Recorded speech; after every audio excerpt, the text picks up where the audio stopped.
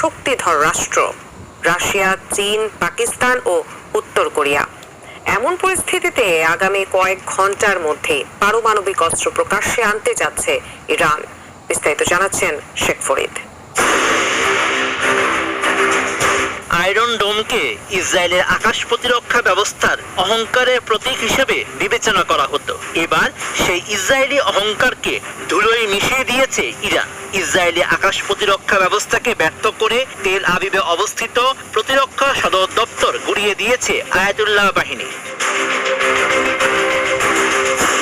এদিকে হুঁশিয়ারি দিয়ে ইরানের সর্বোচ্চ নেতা আয়াতুল্লাহ আলী খামেনি জানিয়েছেন, ইসরায়েল এক ভয়ানক অপরাধ করেছে, যার থেকে তারা কোনোভাবেই রেহাই পাবে না।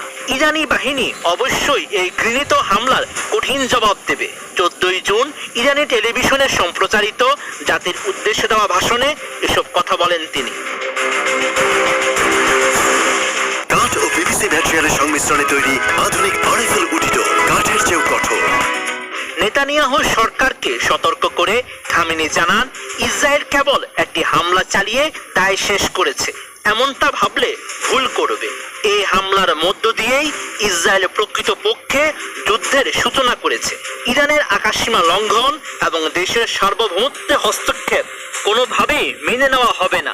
এর পরিণতি হবে ভয়াবহ। ইসরায়েলের বিরুদ্ধে ইরানের চূড়ান্ত জবাব আসছে।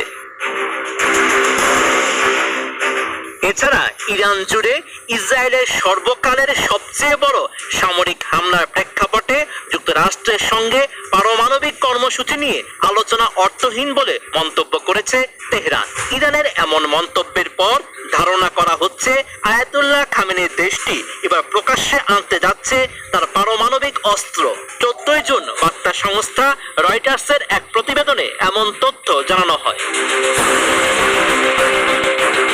ইরানের পররাষ্ট্র মন্ত্রণালয়ের মুখপাত্র ইসমাইল বাঘাই জানিয়েছেন, যুক্তরাষ্ট্র এমনভাবে কাজ করছে যা এই সংলাপকে অর্থহীন করে তুলেছে। ট্রাম্প একদিকে ইরানের ভূখণ্ডে হামলার অনুমতি দিয়ে অন্যদিকে আলোচনার দাবি করতে পারে না।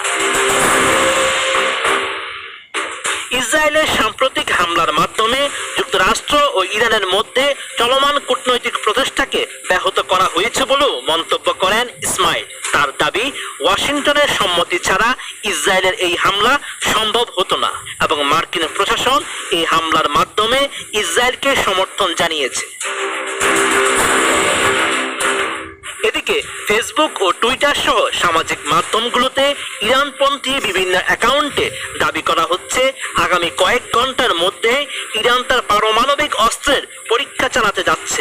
উদ্ভূত পরিস্থিতির মধ্যেই এমন সম্ভাবনা উড়িয়ে দিচ্ছেন না বিশ্লেষকরাও।